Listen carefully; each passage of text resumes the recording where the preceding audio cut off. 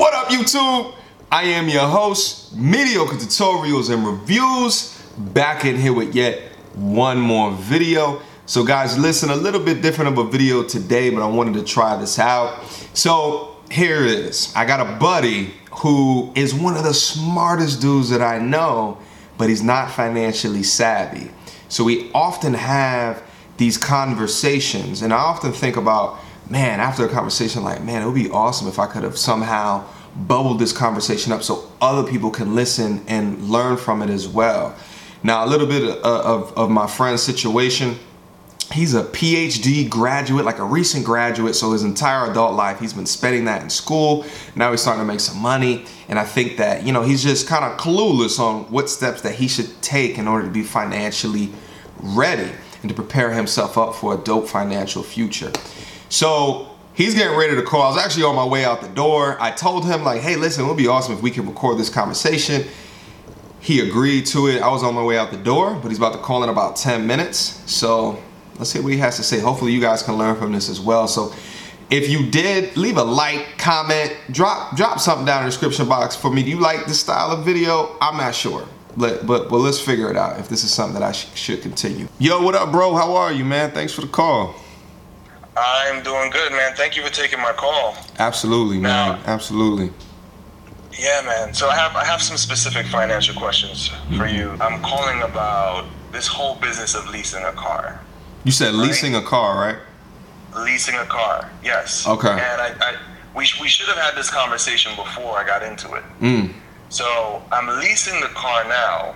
Okay. And it occurred to me that I'm not sure if it makes much sense to lease a car. So although I just started the lease, I said, let me call you and get your perspective on this whole idea of leasing a car, because it dawned on me, and I was thinking about this before too, at the end of it, I won't own the car. So yeah. What is your advice? Like, I have the cash flow, right? For the lease. Yeah. Should I stay in this situation of leasing a car, or should I make a move to get out of it? Yeah. And what is the rationale behind getting out of it? Yeah. So here's what I'll say is that a lot of people don't realize that when you lease something, that's still putting you in debt. I mean, you're still in a debt situation because you sign a contract. You sign a contract that says, hey, over this lifelong of me renting this car, and that's what a lease is. You are renting this car. You're going to pay whatever the payment is. But at the end of that lease, you have the option of buying that car out at its agreed upon market value at the end of the lease, or hopping into another lease. It feels like such a good deal because you're paying a low minimum fee and you're like, man, this is like a low maintenance fee and I get this dope vehicle. You know what I mean? So it feels like it makes a lot of sense, but financially, they're f***ing you. And the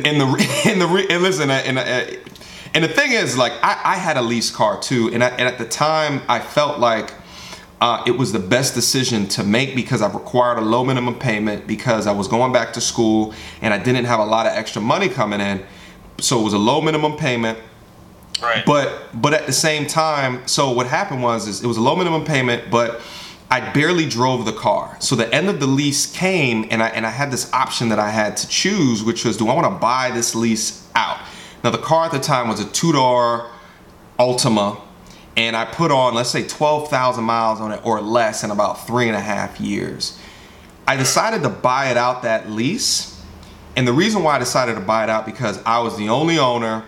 I made sure that the oil was good, right? Like, rotated the tires.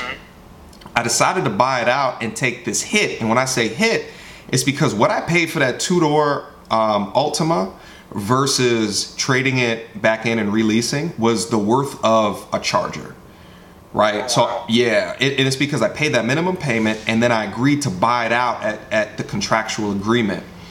So I bought it out because I was the only owner. And let me tell you something, the dealer, he was like, you making the dumbest decision.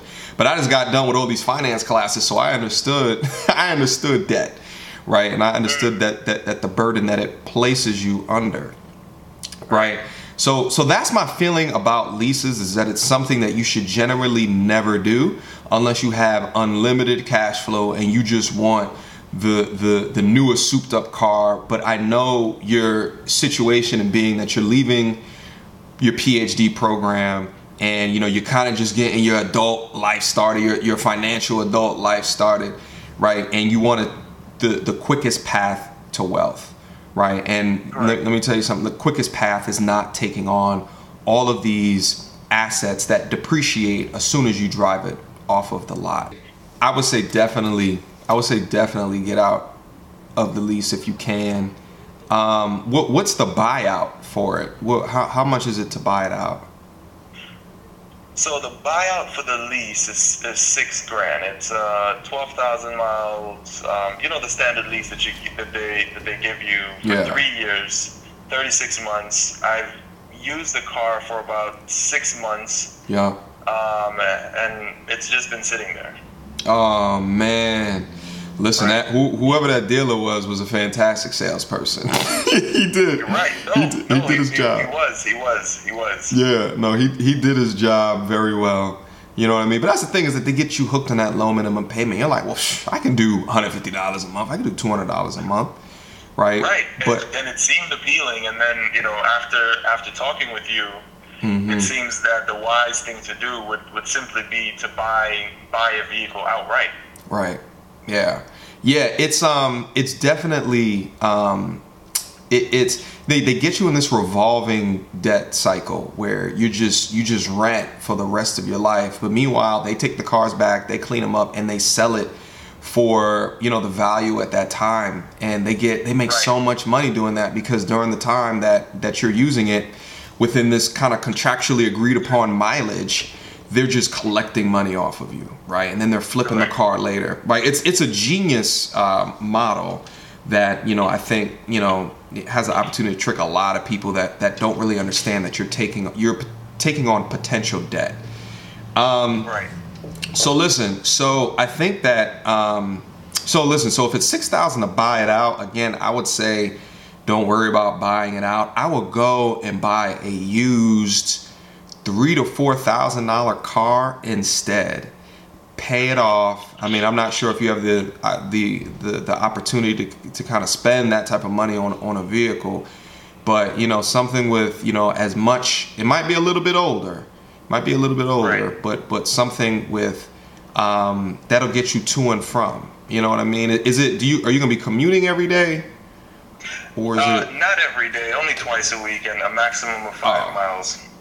Oh yeah, no, this is a no-brainer right here. Yeah, I would say definitely try to get yourself like a $3,000-$4,000, something extremely dependable, and don't do the lease. Now, I mean, just think about so you get to save that buying out of it, right? So I mean, you get to save that money for something that you only use two times ish per week. So yeah, man. Nah, man, you got it, man. That sounded right. Nah, man, you definitely got it, man. Yeah, the one of the number one focuses is spending less. Reducing your expenses coming in so you can tackle some of those debts that you might have accumulated while in school. That's what's up, man. No, I'm definitely proud of you, man. That's definitely. I think you're moving in the correct way. But these are conversations that I feel like that we have to have, because there's a lot of people out there that don't understand what is actually happening when they sign on the dotted line, and that's a key thing too, because there's so many people who get like that student bursar disbursement and they're up at the club like just making it rain, you know what I mean? But they don't understand that $10 drink that they just bought is really not $10, right? Because they got that interest rate charge on top of that. So when they start paying back that loan, that was really an $18 drink. You see what I'm meaning? Because interest does accrue daily, so. And that's another conversation I want to have with you in time, the student loan conversation. Yeah. The student loan conversation. And in this case, thankfully, I didn't use the student loan concept or money for this. Yeah. But I see fully that it applies, because I just looked at the interest rates for my student loans, and they're all different. Mm-hmm. So once I get out of this lease situation, I need to get back with you on the best approach to paying it off, because what I've been reading briefly is that there is an approach to doing it. Yeah. And I don't think very many people are aware that there is an approach to paying off your student loans, especially if you have multiple student loans. Right.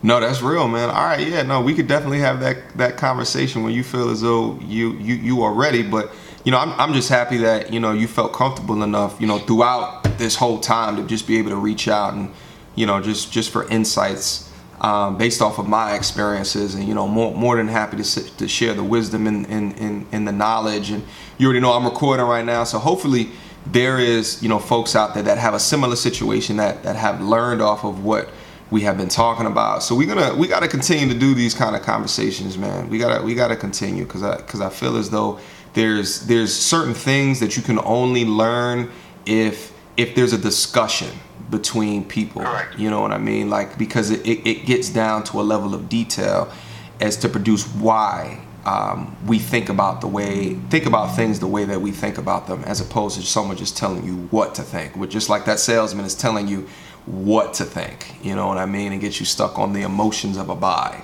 You know what I mean? The emotions of riding around in that sweet ride. You know what I mean? So.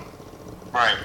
So, and I'll just end with a thank you, man. And for me, it's valuable to speak to you about this, because you're someone that I know who's done it before. Like, even your experience with leasing a car, that's invaluable. Mm-hmm. Because you can identify the emotions, and then you can identify the logical steps and factors to consider. Right. So I find that valuable, and with regards to what's coming up next in that student loans, I know that you've done that journey already. So for me, it's very useful to talk to someone that has gone the path. Hey, listen, man. When kings unite, bro, there's nothing that can stop us.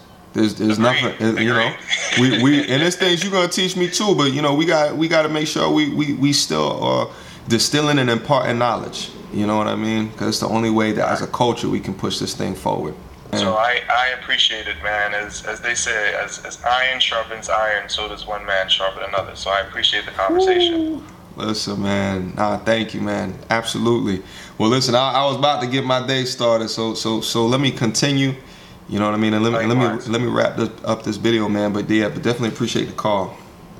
Anytime. Thank you, man. All right, bro. I'll talk to you. All right.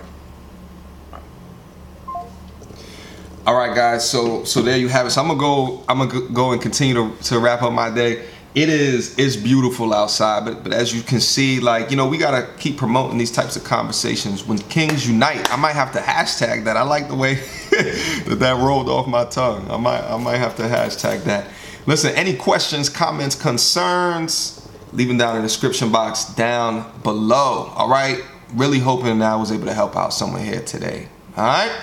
Till next time, y'all. Peace.